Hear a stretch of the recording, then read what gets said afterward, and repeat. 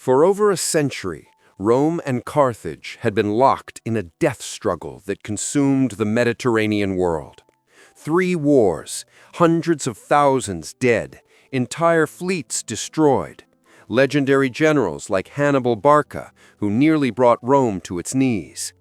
But by 149 BC, the Third Punic War had begun, and this time, Rome wasn't fighting for territory or tribute.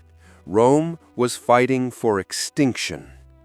The Romans had decided that Carthage, the wealthy North African city that had challenged their supremacy for generations, must be completely destroyed. Not conquered, not occupied, erased from existence. And in 146 BC, after a siege that lasted 3 years and a final assault that burned for 3 days and 3 nights, Rome would get exactly what it wanted: the city that refused to die. Carthage in 149 BC was not the military superpower it had once been. Hannibal was long dead. The Carthaginian navy, once master of the seas, had been dismantled by treaty. The empire that had stretched across North Africa and Spain was gone. But the city itself still thrived. Carthage was rich beyond measure, its harbor filled with merchant ships, its markets overflowing with goods from across the known world. The population had swelled to nearly 500,000 people, one of the largest cities on earth. And Rome hated it. The Roman senator Cato the Elder ended every speech in the Senate with the same phrase, no matter the topic: Carthago delenda est. Carthage must be destroyed. It wasn't rational, it was obsession. Rome had defeated Carthage militarily decades earlier. The treaties were favorable, Carthage posed no real threat, but the memory of Hannibal's invasion, when Carthaginian armies had slaughtered Roman legions and nearly captured Rome itself, still haunted the Republic. Carthage had to die, not just be defeated, be obliterated. In 149 BC, Rome manufactured a pretext for war. They claimed Carthage had violated treaties by defending itself against attacks from neighboring Numidia. When Carthaginian diplomats arrived in Rome to negotiate, they were given an impossible ultimatum: surrender all weapons, abandon your city, resettle at least 10 miles inland away from the sea. For Carthage, a maritime trading empire whose entire existence depended on its harbor, this was a death sentence. The Carthaginians understood immediately Rome wasn't offering peace. Rome was offering slow extinction or fast war. They chose war. The siege that consumed years. The Roman army that arrived outside Carthage in 149 BC expected a quick victory. After all, Carthage had no army, no weapons, no allies. The city should have fallen within months. Instead, it held for 3 years.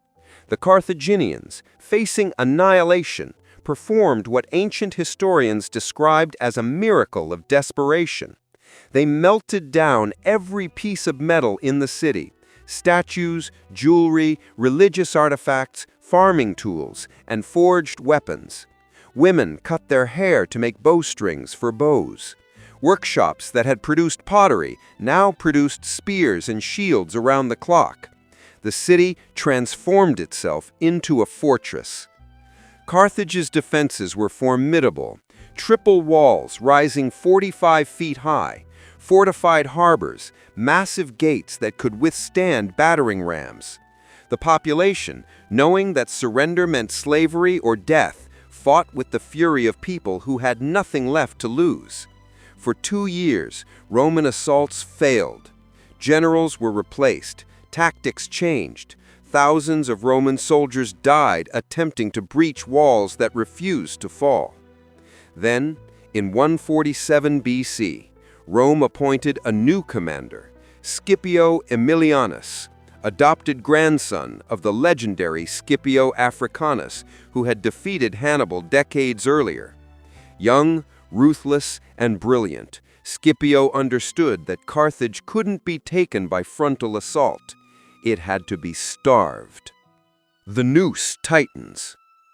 Scipio built a massive siege wall completely encircling Carthage, 25 miles of fortifications cutting the city off from any resupply. He blockaded the harbor with a floating barrier of logs and stones. No food entered, no one escaped. Inside Carthage, the population began to starve. Rations were cut, then cut again. People ate leather, ate animals that should never be eaten, ate things that weren't food at all. Disease spread through crowded streets. Bodies piled up faster than they could be buried. But still, the Carthaginians refused to surrender. By spring of 146 BC, after nearly 3 years of siege, Scipio was ready for the final assault. His engineers had constructed siege towers, battering rams, and assault bridges. His legions, battle-hardened, furious at the years of grinding siege warfare, were eager for blood. The order was given: take the city, leave nothing standing. The walls fell. The Roman assault began at dawn. Siege towers rolled forward under a hail of arrows and stones. Battering rams pounded gates that had held for years. Legionaries swarmed up scaling ladders, fighting hand-to-hand on the ramparts with defenders who knew this was their last stand. For 6 days and nights the battle raged along Carthage's walls. Every foot was contested. Every breach was defended desperately. The Carthaginians, starving, exhausted, hopelessly outnumbered, fought like the demons who had nothing left to lose. But Rome had infinite soldiers. Carthage did not. Section by section, the defenses collapsed. Roman legions poured through breaches in the walls. They fought through the streets, house by house, building by building. The Carthaginians retreated deeper into the city, making the Romans pay for every step in blood. Finally, the surviving defenders, perhaps 50,000 people, fell back to the Byrsa, the fortified citadel at Carthage's heart. It was the city's last stronghold, a temple complex on a hill overlooking the burning ruins below. And that's where Scipio gave the order that would echo through history. The Roman legion stood at the base of the Byrsa, Carthage's final stronghold, and looked up at the temple complex where 50,000 Carthaginians had retreated for their last stand. Men, women, children, soldiers, priests, everyone who remained alive in the dying city crowded into the citadel, knowing that surrender meant slavery and death meant the same. Scipio Aemilianus gave his orders. The Romans would not storm the Byrsa, they would burn it. The inferno begins. Roman soldiers moved through the lower city with torches. Every building was set ablaze, every warehouse, every home, every shop, every temple. The flames spread quickly through structures weakened by years of siege, through streets filled with debris and corpses, through a city that had become tinder waiting for the spark. Within hours, Carthage was an inferno. The fire burned with such intensity that ancient historians claimed you could see the glow from ships miles out at sea. Smoke rose in a pillar visible across North Africa. The heat was so extreme that stone cracked and metal melted. Wooden beams supporting multi-story buildings collapsed, sending structures crashing down in cascades of flame and ash. And the Romans kept feeding the fire. They didn't just burn buildings, they systematically destroyed everything. Libraries filled with centuries of Punic knowledge and literature were torched. The famous harbors where Carthaginian fleets had once launched were demolished and burned. Market districts, residential neighborhoods, administrative buildings, all consumed by flames. For 3 days and 3 nights, the fire raged without stopping. The final slaughter. As the flames consumed the lower city, the survivors in the Byrsa faced an impossible choice: burn alive or surrender to Roman mercy. There would be no mercy. Those who tried to flee down from the citadel were cut down by waiting legionaries. Those who threw themselves from the walls to escape the flames died on the rocks below. Small groups attempted to fight their way through Roman lines, desperate last charges by men who knew they were already dead. The Romans killed them all. On the third day, as smoke still choked the sky and flames still devoured the ruins, the remaining Carthaginians in the Byrsa understood there was no escape. A delegation emerged under a white flag, the city's commander Hasdrubal begging Scipio for his life. Ancient sources claim Scipio granted Hasdrubal mercy but refused to spare the others. The Carthaginian general who had sworn to defend his city to the death chose survival over honor. He walked down from the Byrsa and knelt before Scipio as a prisoner. His wife watched from above, and she made a different choice.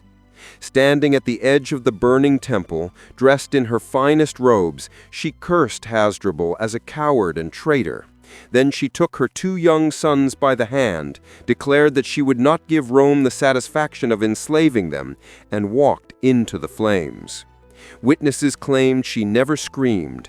She stood in the fire with her children until the flames consumed them completely. It was the final act of Carthaginian defiance. The city becomes a graveyard. When the fires finally burned themselves out on the 4th day, Carthage was unrecognizable.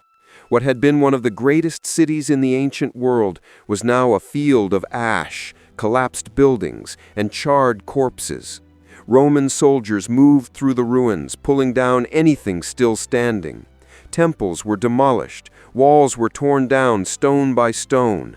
The famous Carthaginian harbors, engineering marvels that had sheltered hundreds of ships, were filled with rubble and destroyed. Scipio ordered his men to plow salt into the ground, though modern historians debate whether this literally happened or became a symbolic legend. Either way, the message was clear: Carthage would never rise again. Of the estimated 500,000 people who had lived in Carthage when the siege began, only about 50,000 survived. Most died of starvation, disease, or in the final assault. The survivors were sold into slavery and scattered across the Mediterranean. Families were separated, children were torn from parents. An entire civilization was dispersed like smoke. The city that had challenged Rome for over a century was gone. The general who wept. Ancient historians record that as Scipio Aemilianus stood in the ruins watching Carthage burn, he began to weep. His friend Polybius asked him why he wept at his greatest triumph. Scipio replied that he was thinking of Rome. He quoted Homer, "A day will come when sacred Troy shall perish, and Priam and his people shall be slain." He understood what Rome had done. He had witnessed total destruction, the obliteration of a city and people, and he feared that one day another power would do the same to Rome. He was right, but that day was still centuries away. The legacy of ashes. For 25 years, the ruins of Carthage sat empty, a monument to Roman vengeance. Eventually, Julius Caesar would propose rebuilding on the site, and under Emperor Augustus, a new Roman city called Colonia Julia Carthago would rise from the ashes. But it was never Carthage. The Punic language died, the culture vanished, the libraries were destroyed, meaning almost everything we know about Carthaginian civilization comes from their Roman enemies. Their gods were forgotten, their stories were erased. Rome had achieved what no empire before them had done. They didn't just defeat an enemy, they deleted them from history. The Third Punic War proved that Rome was willing to commit genocide to eliminate a threat, even a threat that no longer truly existed. It demonstrated that Roman power was absolute and their memory long. Hannibal had nearly destroyed Rome 60 years earlier, and Rome never forgot. Carthage paid the price for that memory with 3 days of fire and eternal silence. The Archive War verdict, the destruction of Carthage, was not war, it was vengeance on an apocalyptic scale. Rome didn't need to destroy Carthage. The city posed no military threat. But Rome chose extinction over peace because some wounds run too deep to heal. Cato the Elder got his wish. Carthage was destroyed. But in destroying Carthage so completely, Rome revealed something dark about itself. It was an empire that would tolerate no rivals, forgive no past humiliations, and show no mercy to those who had once dared to challenge it. The fires of Carthage burned for 3 days. The warning they sent burned for centuries.